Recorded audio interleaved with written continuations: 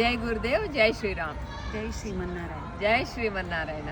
ఇవాళ మనం రమా గారు రత్నాలయం అని ఒక వెంకటేశ్వర స్వామి ఆలయమే కట్టించారు. ఆవిడ ఆవిడ ఆవిడ సొంతంగా కానీ వాళ్ళ మామగారు వాళ్ళ మామగారు పేరు మీద ఆవిడ అది నాకు అసలు ఇంత కొంచెమే తెలుసు. సో మొత్తం ఆవిడ మాటల్లో విందాం. జై శ్రీరామ్ అండి. జై శ్రీరామ్. కూర్చోండి. మీరు ఏ ఊళ్ళో పుట్టారు? తిరుమలగిరి అంటే తిరుపతి. ఇక్కడే తిరుమలగిరేనా? హైదరాబాద్లోనే. ఓకే, సరే. ఎడ్యుకేషన్ ఎక్కడ? ఎడ్యుకేషన్ కూడా అక్కడ. అది తిరుమలగిరి. సో అసలు హైదరాబాద్ తిరిగి బయటికి వెళ్ళాల. పెళ్ళి కూడా మీ మీ మేనమావ అన్నారా? కాదుగా, బయట అరేంజ్డ్. ఓకే. ఎన్నేళ్ళకి అయిందండి పెళ్ళి? 46 years అయింది. అంటే నీకు ఎన్నో ఏళ్ళప్పుడు పెళ్ళి? 16 years. 16 ఏళ్ళకి అయిపోయింది. 18 ఏళ్ళకి బాబా? 18 ఏళ్ళకి పాప. సో మీకు ఒక బాబు, ముగ్గురు పాపలు. ముగ్గురు అమ్మాయిలు, ఒక బాబు. వాళ్ళు కూడా హైదరాబాద్ తెచ్చుకున్నారు. మీ బాబు మాత్రం మీతోటే చూస్తారు. ఇది టెంపుల్ అసలు కట్టాలని ఎవరికి ఆలోచన? మీ వారికి. ఇది దూరంగా ఉండింది కదా 25 years బ్యాక్. ఉంది. అప్పుడు అంతా తోట కొరకు అట్లా చెట్లు పెంచడానికి ప్రాపర్టీ పర్పస్ కొన్నదే. దానికి కొన్నారు. లాస్ట్లో ఏదో తనకు అనిపించింది చిన్నగా దేవునికి అంకితం చేస్తాము, కానీ నాకు ఇన్ని ఇచ్చిండు కదా దేవుడు, ఆయన రుణం ఎట్లా తీర్చుకోవాలి ఆ తాపత్రయం ఎక్కువ ఉండే. దానివల్ల ఆయన గుడి కట్టి. గుడి మీ మామగారు ఉండగానే కట్టారు? మా మామగారు లేరు, అత్తగారు ఉండే. అత్తగారు.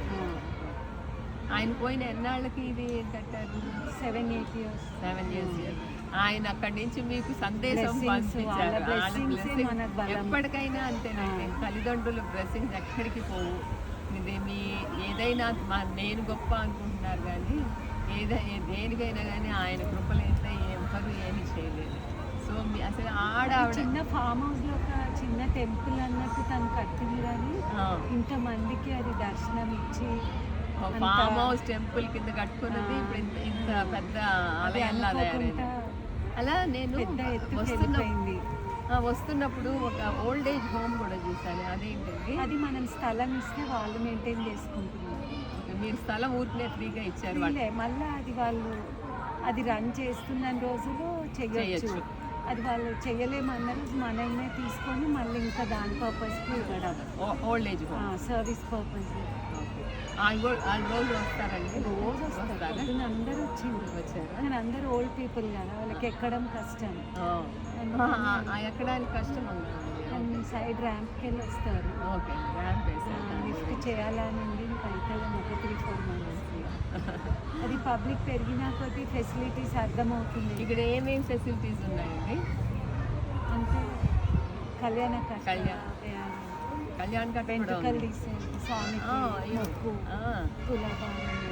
తులాభారం చూసాను. కళ్యాణం ఒక్కొక్క స్పెసిఫిక్. గోశాలకి గోదానం ఇచ్చాలంటే ఎంత తీసుకుంటున్నారు? మీకు 11,000 గోదానానికి. గ్రాసానికి ఇంకా వాళ్ళ ఇష్టం. 11,000 ఒక గోవుకి తీసుకునేది. అది దానికి వచ్చేస్తుంది అంటారా 11,000కి? అంటే మన దగ్గర ఉంటాయి కదా, ఇంకా వేరే ఎక్స్ట్రా తేవడం ఎందుకు, మెయింటైన్ చేయడం కష్టం. ఓకే, అవును. వాళ్ళకి అది సాటిస్ఫై అయితే మన దగ్గర ఇచ్చి మనమే తీసుకుంటాం. ఎందుకంటే టెంపుల్ పర్పసే కదా మనం వాడేది. సో ఇక్కడ వచ్చిన ఉంటే పాలు స్వామి సేవకే. తర్వాత ఇదంతా గోబరంతా ఏం చేస్తున్నారండి? గోబర్ ఇంకా చెట్లకి. అయితే మొన్న గ్యాస్ షార్టేజ్ అయింది కదా, అప్పుడు ఆలోచన వచ్చింది గోబర్ గ్యాస్ పెట్టాలని. ఇంకా అప్పుడు ట్రై చేస్తున్నాం. ఇంకా ట్రై చేయండి, ఎందుకంటే 1 year అట్లా అయిపోద్ది. మీరు సంకల్పం చేయడమే గొప్పండి. అసలు మీరు దేవుడు మీ ముందు నడిపిస్తున్నాడు. అది మీరు చాలా అదృష్టవంతులు. ఏంటంటే ఒక్కొక్కసారి అందరికీ తెలుస్తాడు, కాకపోతే ఎవరు చేయరు. ఏమోలే నిద్రలో ఇది చేశాను అది చేశాను అని చెప్పేసి అన్నాడు. అట్లా లేదు, చాలా అలర్ట్గా ఉంటారు. అదే అదే నేను, మా వారు కానీ, మా అబ్బాయి.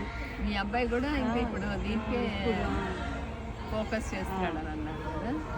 సో ఇంకా తులాభార ఏ ఏ రకాలు ఉన్నాయి చెప్పరా? అంటే ఇంకా వాళ్ళు 10 రకాలు 10 రకాలు ఉన్నాయి కదా. సో అవన్నీ ఏదైనా దాని చేస్తారు. ఉద్యోగం, పెళ్ళి, ఈతి బాధలు అన్ని వాటికి మీకు అది తిరుపతిలో ఎన్ని ఉన్నాయో అన్నీ లేకపోవచ్చు. సుప్రభాతం అవన్నీ రైతు ప్రొద్దుటి నుంచి అన్ని అలా జరుగుతానే. ఎంతమంది బ్రాహ్మణులు ఉంటారండి మీ దగ్గర? 8 మంది. 8 మంది. వంట వాళ్ళేనా? వంట వాళ్ళు ఇద్దరు, 6 గుడిలో చేసుకున్నారు. 6, 2, 8 మంది మీకు హెల్ప్. అదంతా చక్కగా. నేను లాస్ట్ టైం వచ్చినప్పుడు ఒక కూరల అమ్మాయి అండి, అక్కడ గోశాల ఉంది కదా, కూరల అమ్మాయి అన్ని కూరలు అన్ని అది దూరం కాబట్టి అందరు తెచ్చుకోరు కదా, ఆవు పెట్టడానికి. ఆవుకు పెడతానికి కొంతమంది తీసుకెళ్లారు, మళ్ళీ ఇళ్ళకి కూడా తీసుకెళ్లారండి చక్కగా. ఎక్స్ట్రా తెస్తుంది. అన్ని ఎంత ఫ్రెష్ గా ఉన్నాయో వాళ్ళ ఇంటికి కూడా తీసుకెళ్లారు చక్కగా. నాకు అప్పుడు అదే గోశాల దగ్గర ఒక అంటే భక్తులకు కూడా ఆవు పెట్టిన మన తృప్తి. ఎందుకంటే అయ్యో తేలేదే మనకు బాగా. ఎండుగడ్డ అంటే ఎప్పటికుంటారు, పచ్చగడ్డ అప్పుడప్పుడు తెస్తాము. పచ్చగడ్డ అవి కూడా తెస్తాము. ఇంకేం చెప్పాలనుకుంటున్నారండి? ఇది ఏంటండి ఇప్పుడు ఇది దీంతో ఇదొకటి స్టార్టింగ్. ఇది చాలా పెద్దదిగా వేదిక పాఠశాల అది పెట్టాలని చాలా కోరిక ఉంది. అది ఒకసారి పాఠశాల కాకుండా వేద పారాయణం చేపియాలని. వేద పారాయణం మరి పాఠశాల ఉంటేనే కదా. పాఠశాల అంటే అది మెయింటెనెన్స్ కొంచెం మీరేంటంటే మీరు ఎంత ఎఫిషియెంట్గా చేస్తున్నారంటే అసలు అంటే టేకప్ చేస్తే కనుక. అప్పుడు ఆ మధ్యలో సీరియస్గా తీసుకున్నాడు తను, మళ్ళీ ఒక గ్యాప్ అయిపోయింది. లేదండి ఇంకా అది కూడా అవుతుంది, ఎందుకంటే అసలు ఇంకా సనాతన ధర్మమే పాలిస్తుంది హోల్ వరల్డ్ని. సో అలాంటి వాళ్ళందరికీ కావాలి కాబట్టి అది తప్పకుండా అవుతుందండి. మీ ఆశయం తప్పకుండా తీరుద్ది. సార్ మీరు మీ వారి పేరు భక్తులందరి ప్రోత్సాహం వల్ల కూడా చేయగలుగుతున్నాం. వాళ్ళందరూ వచ్చి స్వామి చూసి తృప్తి పడటం మాకు ఆనందం. అదర్థం. మళ్ళీ ఇంకొకటి ఏంటంటేనండి, మీ డెసిషన్స్ అన్నీ ఆయన అప్రూవ్ చేసేసి. ఇప్పుడు ఆడవాళ్ళకి ఎక్కువ తెలుస్తుంది ఇది ఇక్కడ ఏదైనా పాడవకుండా చూసుకోవాలి. అది నాకు చాలా నచ్చింది. అందుకని వచ్చి అన్ని దృష్టిలో పెట్టుకొని పోయి అదే వెంటనే ఏమేంటో చెప్పేస్తే వాళ్ళు బాబుతోనో వారితోనో చెప్తారు. చిన్నయే ఎప్పుడైనా చెయ్యాలి, కానీ మళ్ళీ దృష్టిలో పెడితే కాదు. నేనేమనుకుంటున్నానంటే ఈ ఎదరంతా కాళిస్తారు చూడండి, అది వారానికి 2 రోజులు శని ఆదివారాలు బాగుంటుంది, ఆ కూరలు పెట్టచ్చు అక్కడ. మళ్ళీ మార్కెట్ ప్లేస్ లాగా అవుతుంది అన్నట్టు అయితే అవుతుంది. అయితే ఎక్కువ మంది జనాలు వస్తారు కదండి. అది ఇది చేసుకున్నందువల్ల వాళ్ళ దగ్గర నుంచి తీసుకోండి డబ్బులు, క్లీన్ చేయడానికి అది దాంతో ఉపయోగించండి. ఇప్పుడు ఏదంటే ఒక ప్లేస్ ఉంటే దాన్ని అనేక రకాలుగా ఉపయోగపెట్టుకోవాలండి. ఇదేంటంటే పిక్నిక్లు కండక్ట్ చేస్తున్నారు, సో పిక్నిక్ ఎంత అని చెప్పేసి పెట్టాలి. అట్లా పెడతారు. మెయింటెనెన్స్ అవసరం. అదే లేకుంటే వాళ్ళంతా పాడు చేసి వెళ్ళిపోయి తెల్లారి మళ్ళీ. మీరు వెళ్ళే ముందర కూడా ఇవన్నీ ఎత్తేసి దాంట్లో మేము మళ్ళీ మనుషుల్ని పెట్టడం కాదు, మేము మళ్ళీ అవన్నీ క్లీన్ చేసి వెళ్ళాలని పెట్టాలండి. అట్లా చెప్తాము, కానీ మన దగ్గర అది అలాగే ఇప్పుడు మన దగ్గర అనే అలా లేదు. స్ట్రిక్ట్ రూల్ అండి మాకు అని మీరు కొంచెం గట్టిగా ఆ డస్ట్బిన్లోనే వెయ్యాలి అని చెప్తారు. అదంతా చాలామంది జడలు కాకుండా ఇలా లూజ్ వేసుకుంటున్నారు. మీరు కంపల్సరీ పెట్టండి. ఏంటంటే గుడికి వచ్చినప్పుడు మాత్రం ముడుచుకుని కానీ జడైనా పర్వాలా, చున్నీ మాత్రం వేసుకోమని చెప్పండి. ఏదైనా మనం స్ట్రిక్ట్గా ఉన్నదాన్ని బట్టేనండి అయ్యేది. సో మీరు స్టార్టింగ్ మాకు అవన్నీ తోచలేదు, అదేదో పబ్లిక్ వస్తే చాలా అన్నట్టు ఉండే. అవునంటే స్టార్టింగ్ ఏది తెలియదు కదా, అసలు పబ్లిక్ ఇంత వస్తుందని కూడా మేము ఊహలో కూడా లేదు. So you are very happy. శని ఆదివారాలు చాలా మంది వస్తారు, ఎందుకంటే లాస్ట్ టైం శని ఆదివారాలు చాలా మంది పబ్లిక్ ఉన్నారు. బాగుంది.